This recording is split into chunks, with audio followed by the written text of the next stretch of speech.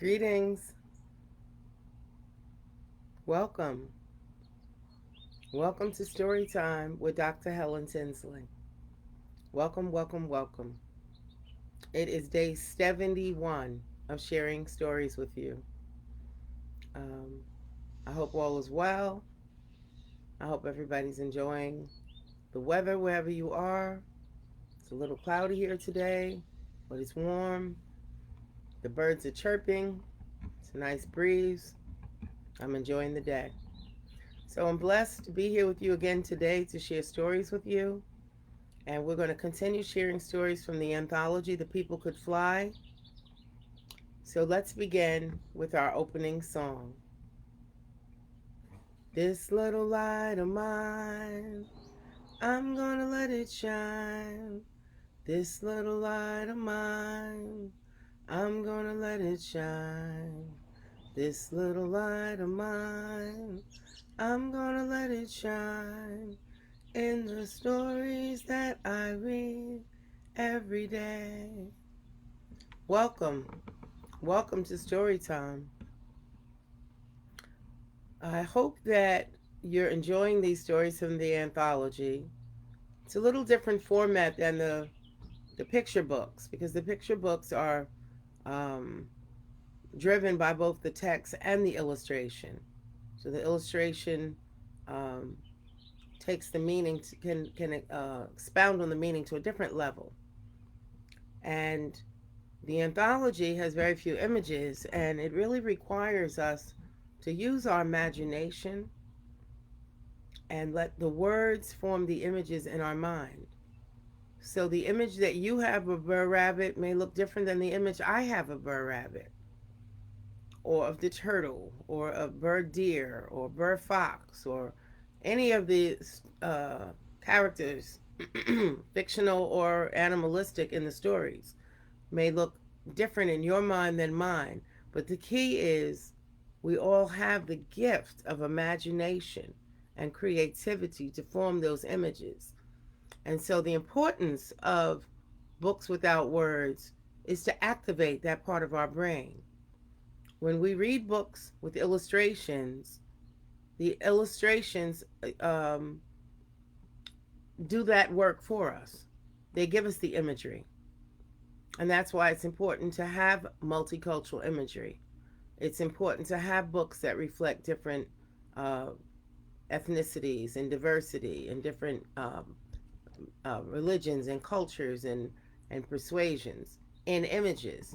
But when you read books without words, your mind forms those images for you. So, with that said, we're reading another book from the anthology The People Could Fly, American Black Folk Tales by Virginia Hamilton, and put on your thinking cap to activate your imagination and stimulate your creativity to form the images in your mind. Okay? Hello, Carlton. How are you? So, here we go from The People Could Fly. The title of this story is Bruh Lizard and Bruh Rabbit. Don't know some animal tells. Hear 'em but forget 'em. Do know about Bruh Lizard and Bruh Rabbit though. You never hear 'em tell how Bruh Lizard bested Bruh Rabbit. Well, that lizard was a hard worker. He had a big sword he used to cut his crop. Sword knew how to work by herself, and it cut so fine there was nothing left when something was cut. Bruh Lizard speaking words to the sword, and sword do all the work. That's how it went. Now, Bruh Rabbit, he is smart. He don't have a sword like the lizard has, and he wants one.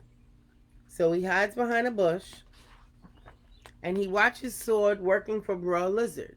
He wants it very bad, too. One day, Bruh Lizard has to go away. And Bruh Rabbit, he sneak up, and he steal Bruh Lizard's sword. Bruh Rabbit laughed to himself, because now he got sword. He think he knows the words that Lizard say to sword, so he calls out, "Go eat tell," like that. And sword starts in working, just a cutting and a slashing this way and that and all around. Pretty soon old sword finished up the crop, and the rabbit wanted to stop. Sword is coming very close to the other crop the rabbit is keeping to live on.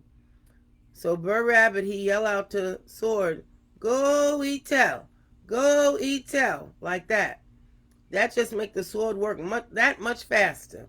Sword go on and cut down everything Rabbit have. It don't leave nothing, not one leaf of cabbage. Now Bird Lizard, he been hiding behind a bush. He see the whole thing.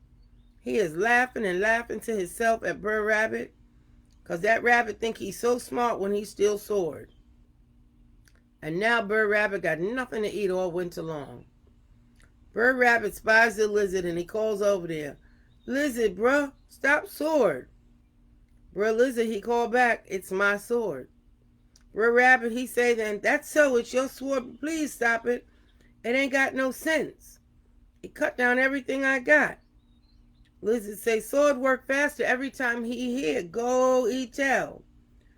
The lizard laugh again and he calls out real loud, "Go eat pome." Sword stop.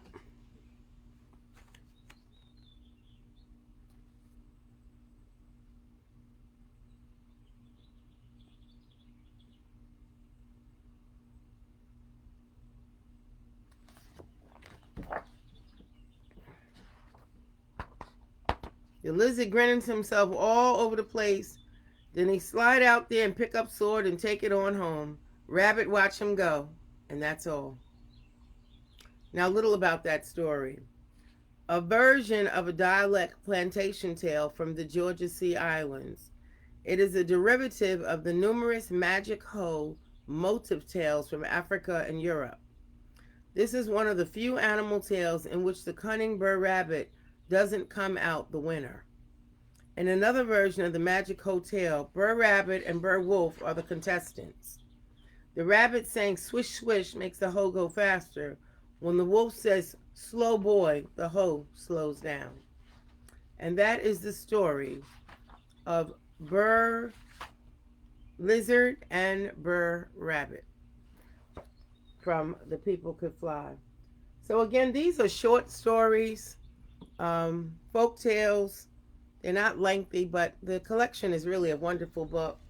And this book received the Coretta Scott King Award, the New York Times Best Illustrated Book, a notable children's trade book in the field of social studies, a National Council for Teachers of English Teacher's Choice, a ALA Book List Editor's Choice, a Horn Book Fanfare Honor Book, an ALA Notable Children's Book, and an SLJ Best Book of the Year.